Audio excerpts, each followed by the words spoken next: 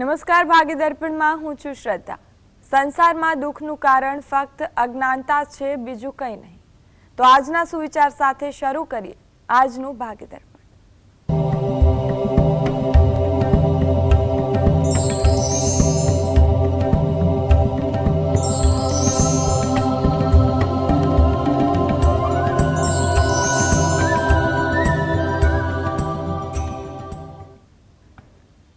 તો ભાગ્ય દર્પણમાં આપના પ્રશ્નોના નિરાકરણ અને રાશિફળ વિશે માહિતી અને માર્ગદર્શન આપવા માટે આપણી સાથે જોડાયા છે જ્યોતિષ આચાર્ય અને વાસ્તુશાસ્ત્રી હસીતભાઈ પાઠક।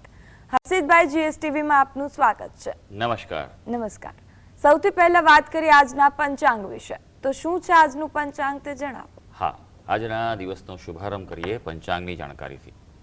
આજે વાર છે મંગળવાર, વિક્રમ સંવત 2082 ચાલી રહ્યો છે। આજની તારીખ આવે છે 18 ઓગસ્ટ 2026, 18/8/26। આજની તિથિની વાત કરીએ। આજની તિથિ શ્રાવણ મહિનો ચાલી રહ્યો છે, તેનો સુદ પક્ષ ચાલે છે, તેની એટલે કે શુક્લ પક્ષ કહેવાય, તેનો છઠ છે। આજે છે શ્રાવણ સુદ છઠ। નક્ષત્ર સ્વાતિ આવે છે, યોગ શુક્લ આવે છે અને કર્ણ તૈતિલ આવે છે। આજની રાશિ આવે છે તુલા રાશિ, કે જેના નામાક્ષર હોય છે ર અને ત। એટલે આજે જો કોઈ બાળક જન્મે તો તેનું નામ તુલા રાશિ પરથી પાડવું હિતાવહ રહેશે। ઉપરાંત ગ્રહ ગોચર અને મુહૂર્તની ગણતરી માટે પણ તુલા રાશિને લક્ષમાં લેવાની રહેશે। દિન વિશેષની જો વાત કરવામાં આવે આજે, તો આજે દક્ષિણ ગુજરાતની રાંધણ છઠ કહેવાતી હોય છે। ઉપરાંત આજે સુપોદન છઠ પણ કહેવાય છે અને બુધ ગ્રહ છે તેનો આજે પૂર્વમાં અસ્ત થઈ રહ્યો છે। એટલે દરેક ગ્રહ હોય તેનો અસ્ત અને ઉદય હોય છે, એટલે કે એનો અર્થ એ થતો હોય કે આપણને આકાશમાં દેખાતા બંધ થાય, પૃથ્વીની ક્ષિતિજની નીચે જતા રહેતા હોય છે। ઉપરાંત આજે રવિ યોગ છે જે અહોરાત્ર રહેવાનો છે। જી હસીતભાઈ, આજની વાસ્તુ ટીપ જણાવો। વાસ્તુ ટીપમાં આપણે વિશેષ વાત કરી રહ્યા છીએ અને તે છે કે મુખ્ય દરવાજો। મુખ્ય દરવાજો એ ખૂબ મહત્વનો ગણવામાં આવે છે। મુખ્ય દ્વાર એટલે તમે જે ઘરમાં રહેતા હો, જ્યાંથી મહેમાનો પ્રવેશ કરતા હોય અને જતા હોય, તે દ્વાર ગણાય છે। ફ્લેટ સિસ્ટમમાં તો એક જ દ્વાર હોતો હોય છે। હવે જો કે ફ્લેટ સિસ્ટમમાં પણ જો મોટા લક્ઝરિયસ ફ્લેટ હોય તો એમાં કામ કરવા આવનાર વ્યક્તિ હોય છે તેના માટે અલગ એન્ટ્રી પણ હોય છે, અલગ રૂમ પણ હોય છે। આ ઉપરાંત જો વાત કરવામાં આવે તો મુખ્ય દરવાજો જે છે તે હંમેશા જો બે દરવાજો હોય તો વધારે સારું છે। જો એક દરવાજો હોય તો ખાસ એ વાતનું ધ્યાન રાખવાનું છે કે આ દરવાજો તમારો એક ક્લોકવાઇઝ ખુલવો જોઈએ। ક્લોકવાઇઝ એટલે કે પ્રદક્ષિણા માર્ગમાં ખુલે તો એ તમારા માટે ઉત્તમ ફળ આપતું હોય છે। જી હસીતભાઈ, હવે વાત કરીશું રાશિફળની। તો રાશિ મંડળની પ્રથમ 3 રાશિ મેષ, વૃષભ અને મિથુન રાશિના જાતકોનો આજનો દિવસ કેવો રહેશે? હા, શરૂ કરીએ આજના દિવસનું રાશિ ભવિષ્ય। સૌથી પહેલી રાશિ આવે છે મેષ રાશિ, કે જેના નામાક્ષર હોય છે અ, લ અને ઈ। હવે આપણા માટે જો વાત કરવામાં આવે તો આજના દિવસે તમને તમારા શિક્ષકોનો પૂરો સહયોગ મળશે। એટલે કે તમે જેની પાસેથી માર્ગદર્શન લેતા હો, ભણતા હો, વિદ્યાર્થીઓ માટે તમારા શિક્ષકો છે, અથવા તમારે કોઈ જગ્યાએ કોર્સ કરતા હો તો તમારા ટીચર, ટ્યુટર, કોચનો સહયોગ મળવા જઈ રહ્યો છે। ઉપરાંત માતા પિતા સાથેના તમારા સંબંધો છે એ ખૂબ સારા આજે મજબૂત થવા જઈ રહ્યા છે અને આજના દિવસે થોડું ધ્યાન રાખવું જરૂરી છે। કોઈ મોટી ઓફર કે તક તમને મળે એ તમારા માટે ફાયદાકારક રહી શકશે। હવે વાત કરીશું વૃષભ રાશિની। વૃષભ રાશિના જાતકો જેના નામાક્ષર હોય છે બ, વ અને ઉ। ભાઈ, આપણા માટે જો વાત કરવામાં આવે તો આજનો દિવસ છે તમારા ઓફિસમાં, ખાસ કરીને તમારા કામકાજના ક્ષેત્રે તમારા વરિષ્ઠ અધિકારી હોય, સુપિરિયર હોય, બોસ હોય અથવા તમારા જે મેનેજર હોય, તેનો તમને આજે સારો સહયોગ મળવા જઈ રહ્યો છે। આ ઉપરાંત જો વાત કરીએ તો વેપારીઓ માટે આવકના કોઈ નવા સ્ત્રોત મળે માટે વેપારીઓ આજે પૂરેપૂરું ધ્યાન પોતાના કાર્યમાં લગાવવું જોઈએ। હા, કાર્ય તમારું જે છે એને પૂર્ણ કરવા માટે પૂરેપૂરો આજે પ્રયત્ન કરશો તો તમને આજે આનંદ આવવાનો છે। હવે વાત કરીએ મિથુન રાશિ, જેના નામાક્ષર હોય છે ક, છ અને ગ। ભાઈ, મિથુન રાશિના વ્યક્તિઓ માટે આજનો દિવસે ક્યાંક તમારે યાત્રા પ્રવાસ જવું પડે, એ પણ એટલા માટે કે તમારે કોઈ કાર્ય માટે, અને જો એવું પ્લાનિંગ થતું હોય ચોક્કસ જઈ આવજો, તમારા માટે એ શુભ રહેવાનું છે। પરિવારમાં પણ તમારા ગુણોની પ્રશંસા થાય તેવો આજનો દિવસ છે અને આજના દિવસે કોઈને કઈ રીતે તમારું મન પ્રસન્ન રહેવા જઈ રહ્યું છે। જી હસીતભાઈ, બાકીની રાશિઓના રાશિફળની વાત કરીએ તે પહેલા કોલર મિત્ર જોડાયા છે રાજેન્દ્રભાઈ, આપને જેમના માટે પ્રશ્ન પૂછવો હોય તેમની જન્મ તારીખ જણાવો. 23/10/1960 જન્મ સમય, 5:30 વાગે સવારે. જન્મ સ્થળ કયું છે? ખેડ બ્રહ્મા. જી, પ્રશ્ન જણાવો, શું પૂછવું છે? હેલો. જી રાજેન્દ્રભાઈ, પ્રશ્ન જણાવો, શું પૂછવું છે? પ્રશ્નમાં એમ છે કે આપણે હેલો. જી, આપનો અવાજ આવી રહ્યો છે. મોટા મોટા ડોક્ટરો બતાવી દીધું પણ કોઈ બીમારી હટતી નથી શરીરમાંથી. શું નામ છે આપનું ભાઈ? નરેન્દ્રભાઈ. નરેન્દ્રભાઈ, કેટલામી વાર ફોન કરો છો? કેટલામી વાર ફોન કરો છો? મેં નથી કર્યો સાહેબ. નથી કર્યો સાહેબ. ખેડ બ્રહ્મામાં જન્મેલા અને પેટમાં દુખાવા વાળા વ્યક્તિના બધા બહુ ફોન આવ્યા ભાઈ, એટલા માટે આ તો એવું હા હતું. હા, હા ને? મોટા મોટા ડોક્ટરો બતાવી દીધું. બરાબર છે. હા, આગળ ઉપર કોઈ ઉપાય બતાવ્યો તો તમને? ના. અચ્છા, સારું સારું. જુઓ, પહેલી વાત તો એ છે કે આવું ઘણીવાર સિમિલર કે આવા ઘણીવાર પ્રશ્ન આવી ચૂકેલા છે. ખેડ બ્રહ્માનો જન્મ હતો ને તકલીફો શારીરિક હતી ને એવા, બરાબર છે. તમારી વિશે વાત કરીએ, કુંડળી પર નજર નાખીશું. કન્યા લગ્નની કુંડળી આવે છે. તમારા રોગસ્થાન ઉપરથી રાહુ મહારાજનું પરિભ્રમણ અત્યારે થઈ રહ્યું છે અને ત્યાં કેતુ પણ છે. એટલે રાહુ ઉપરથી કેતુ અને કેતુ ઉપરથી રાહુનું પરિભ્રમણ જોવા મળી રહ્યું છે. એટલે થોડુંક આભાસી હોય એવું બની શકે. મેં કહ્યું ડૉક્ટરો તમને નથી જોઈ શકતા કે શું તમારું રિપોર્ટ બરાબર આવે છે કે ખ્યાલ નથી આવતો. થોડી રાહ જોવી પડશે. હજી એમ કહેવાય કે 2026નું વર્ષ છે, થોડું આવું રહી શકે, ત્યારબાદ રાહત મળી શકે. ઉપાયોની જો વાત કરવામાં આવે, સૌથી પહેલી જો વાત કરવા, અત્યારે ચંદ્રની દશા ચાલે છે, એ થોડી માનસિક અસરો તમારા પર વધારે રહે તેવું બની શકે. ખોટો ભય ના રાખતા ડર મનમાંથી કાઢી રાખજો, એ બહુ જરૂરી છે. એની અસરો તમારા શરીર ઉપર પડી રહી છે. બીજું, સુવાની દિશા ચેક કરો.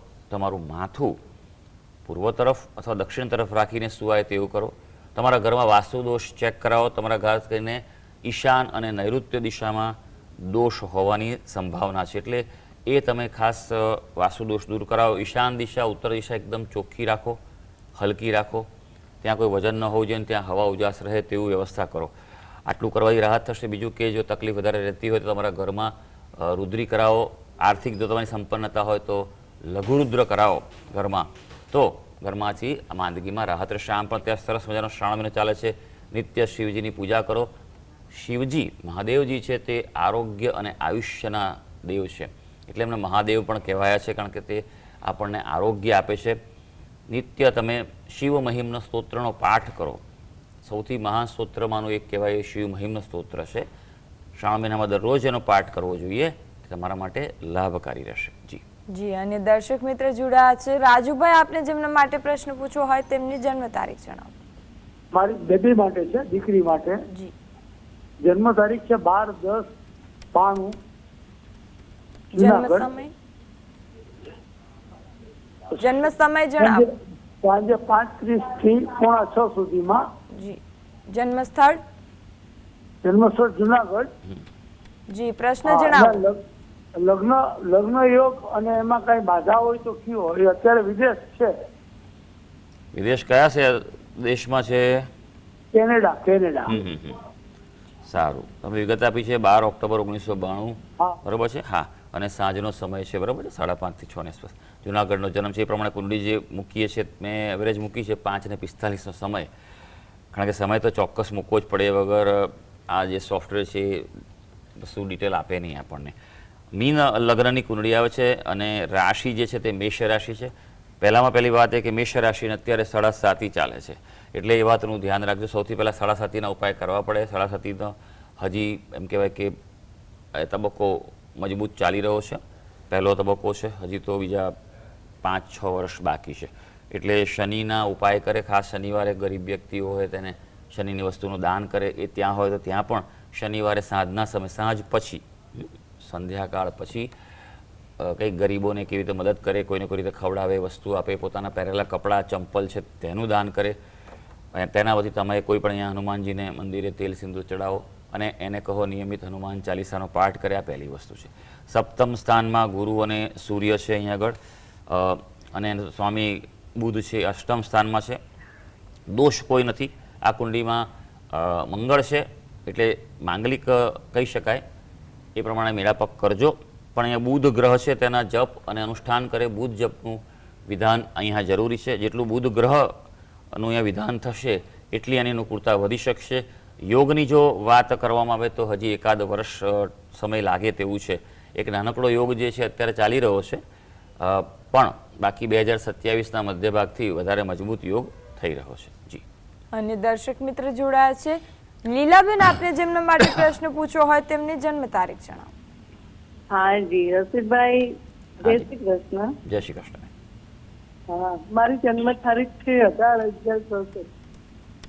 જન્મ સમય? જન્મ સમય સાંજે 5:30 વાગે. જન્મ સ્થળ? અને અમદાવાદ. જી, પ્રશ્ન જણાવો. હા જી, મારે 7-8 વર્ષથી કઈ ને કઈ સર્જરી ચાલે છે અને મારે શું કહેવાય, આર્થિક પ્રશ્ન છે. મારે કોઈ આવકના સ્ત્રોત નથી. અને મારે એમ કે શાના સાથે લેવું છે, કોઈ જમીન સાથે કે કોઈ સ્થાવર મિલકત લઉં એના સાથે. અને મારી શારીરિક આ તકલીફ છે, ક્યારે ગુરુજી ઓછી થશે? જોઈ લે, તમારી વિગત છે 18/11/1967 અને 7:30 સાંજનો સમય છે. અમદાવાદમાં જન્મ છે. એ પ્રમાણે કુંડળી આવે છે. વૃષભ લગ્નની, વૃષભ રાશિ આવે છે. 12મા સ્થાનમાં રાહુ છે એટલે પ્રબળ પિતૃદોષ કહેવાય.